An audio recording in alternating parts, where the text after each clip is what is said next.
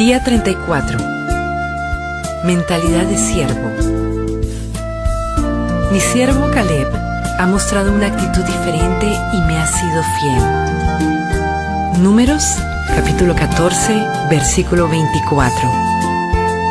La actitud de ustedes debe ser como la de Cristo Jesús. Filipenses, capítulo 2, versículo 5. El servicio comienza en tu mente. El servicio comienza en tu mente. Para ser un siervo se requiere un cambio de pensamiento y de actitudes. Dios está más interesado en por qué hacemos las cosas que en lo que hacemos. Las actitudes cuentan más que los hechos. El rey Amasías perdió el favor de Dios porque hizo lo correcto ante los ojos del Señor, aunque no de todo corazón. Los siervos sirven a Dios pensando en 5 actitudes. Primera, los siervos piensan más en otros que en sí mismos. Se enfocan en los demás, no en ellos mismos. Esto es verdadera humildad, no pensar menos de, sino pensar menos en nosotros mismos. Se olvidan de sí mismos. Pablo dijo, olvídense de ustedes mismos lo suficiente para que extiendan una mano ayudadora. Esto es lo que significa perder tu vida, olvidándote de ti mismo para servir a otros. Cuando dejamos de enfocarnos en nuestras propias necesidades, comenzamos a advertir las que yacen alrededor nuestro. Jesús se despojó de sí mismo tomando forma de siervo. ¿Cuándo fue la última vez que te olvidaste de ti mismo para beneficiar a alguien? No puedes ser siervo si estás lleno de ti mismo. Solo cuando nos olvidamos de nosotros mismos, podemos hacer cosas que merezcan ser recordadas. Desafortunadamente, la mayoría de nuestro servicio a menudo es autogratificante. Servimos a otros para que les gustemos, para ser admirados o para lograr nuestras propias metas. Eso es manipulación, no ministerio. Todo el tiempo lo que realmente hemos estado pensando es en nosotros mismos y en cuán nobles y maravillosos somos. Algunas personas tratan de usar el servicio como una herramienta de negociación con Dios. Haré esto por ti, Dios, si haces algo por mí. Los verdaderos siervos no tratan de usar a Dios para sus propósitos. Dejan que Él los use para el suyo. La cualidad de olvidarse de sí mismos, al igual que la fidelidad, es extremadamente excepcional. Aparte de todas las personas que Pablo conocía, Timoteo era el único ejemplo que señalaba. Pensar como siervo es difícil porque desafía el problema básico de mi vida. Yo soy, por naturaleza, egoísta. Pienso más en mí. Por eso es que la humildad es una lucha diaria, una lección que debo volver a aprender una y otra vez. La oportunidad de ser siervo me confronta docenas de veces al día. Me da la opción de decidir entre satisfacer mis necesidades o las de otros. La abnegación es el alma del servicio. Podemos medir nuestro corazón de siervos por la manera en que respondemos cuando otros nos tratan como siervos. ¿Cómo reaccionas cuando eres mandado por alguien o tratado como un inferior? La Biblia dice, si alguien toma ventajas injustas sobre ti, usa la ocasión para practicar la vida de siervo. Segunda, los siervos piensan como mayordomos, no como dueños. Recuerden que todo le pertenece a Dios. En la Biblia, un mayordomo era un siervo al que se le confiaba una propiedad. José fue ese tipo de siervo, como prisionero en Egipto. Potifar confió en él entregándole su casa. Después, el carcelero confió en él dándole autoridad en la cárcel. Al fin de la historia, Faraón confió en él y le dio la nación entera.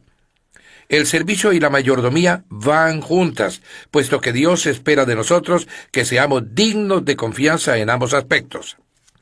La Biblia dice, la única cosa que se requiere para ser tales siervos es que sean fieles a su Señor. ¿Cómo estás manejando los recursos que Dios te confió? Para comenzar a ser un verdadero siervo, tienes que tomar en cuenta el tema del dinero en tu vida. Jesús dijo, ningún sirviente puede servir a 2 patrones. No pueden servir a la vez a Dios y a las riquezas. No dijo, no debes. Dijo, no puedes. Eso es imposible. Vivir para el ministerio y para el dinero son metas mutuamente excluyentes. ¿Cuál escogerías? Si eres un siervo de Dios, no puedes trabajar para ti mismo. Todo tu tiempo le pertenece a Dios. Él insiste en una lealtad exclusiva, no fidelidad a medias. El dinero es el potencial mayor para reemplazar a Dios en tu vida. Más personas se alejan del servicio debido al materialismo que a cualquier otra cosa. Dicen, después de que cumpla mis metas financieras, voy a servir a Dios. Esa es una decisión necia que lamentarán por toda la eternidad. Cuando Jesús es tu Señor, el dinero te sirve. Pero si el dinero es tu Señor, te conviertes en esclavo de él. Ciertamente la riqueza no es un pecado, siempre y cuando la usemos para la gloria de Dios. Los siervos del Señor siempre están más conscientes del ministerio que del dinero. La Biblia es muy clara. Dios usa el dinero para probar tu fidelidad como siervo. Esta es la razón por la que Jesús habló más acerca del dinero que del cielo o del infierno.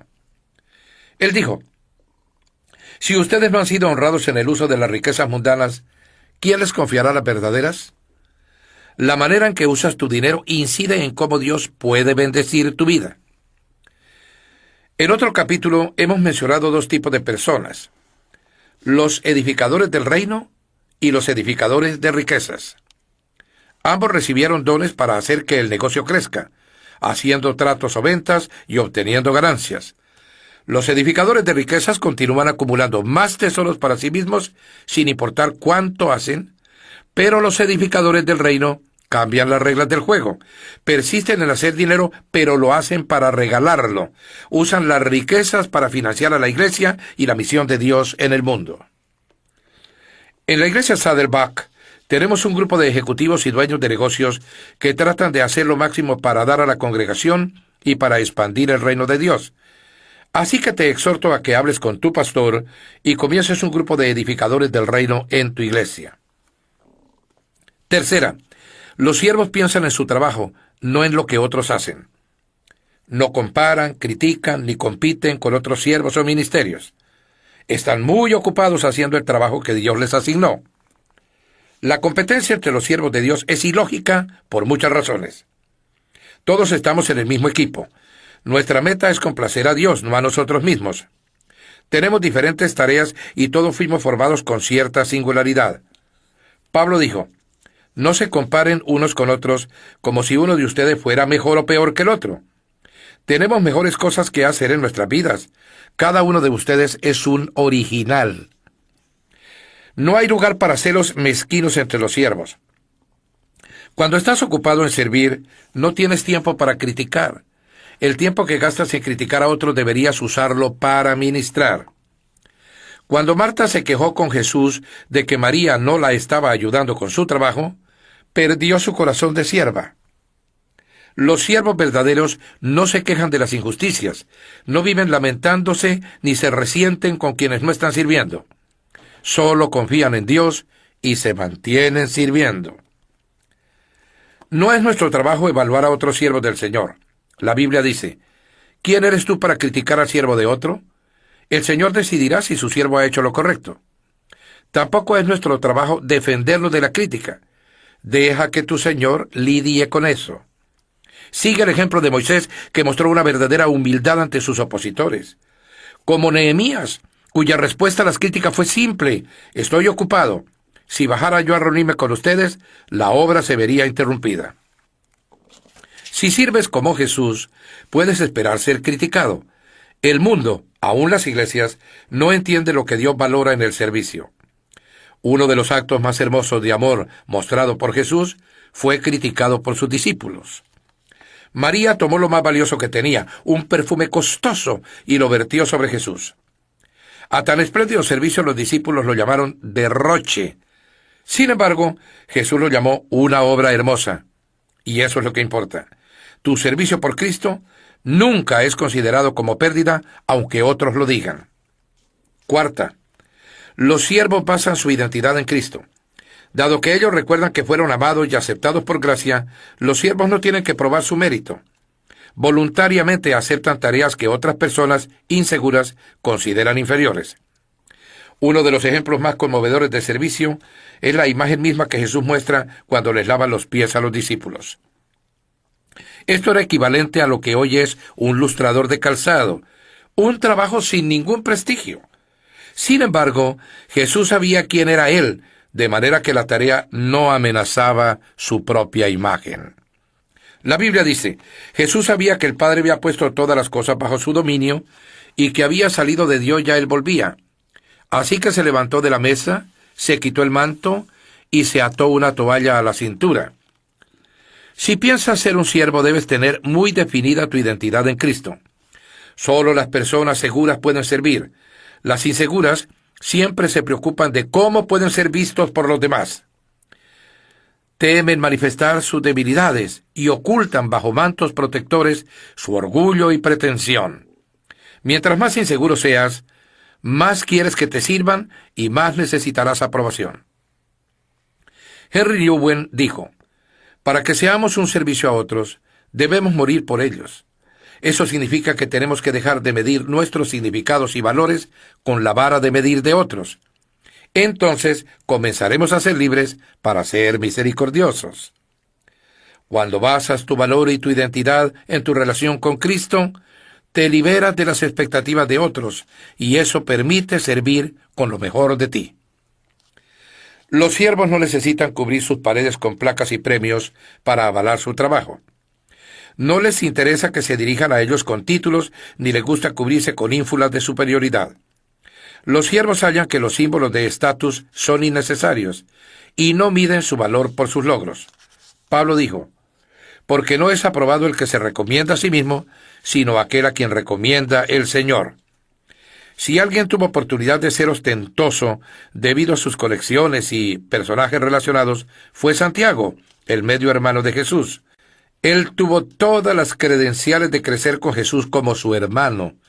Sin embargo, en la introducción de su carta, simplemente se refiere a sí mismo como siervo de Dios y del Señor Jesucristo.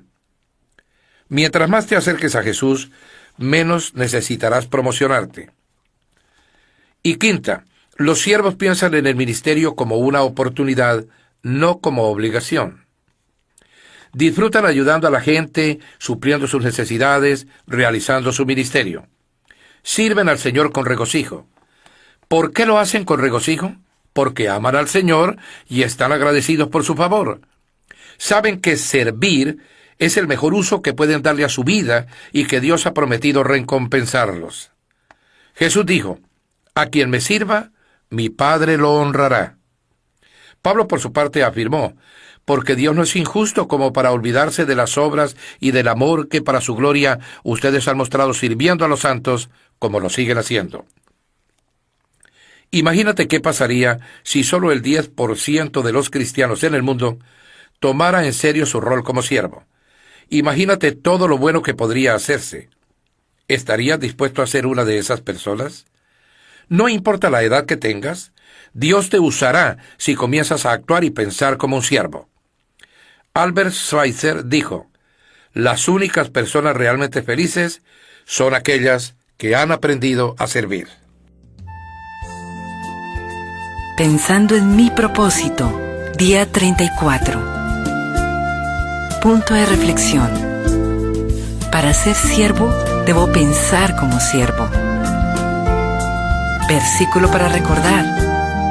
La actitud de ustedes debe ser como la de Cristo Jesús. Filipenses, capítulo 2, versículo 5. Pregunta para considerar. ¿Me preocupo más por ser servido que por servir a otros?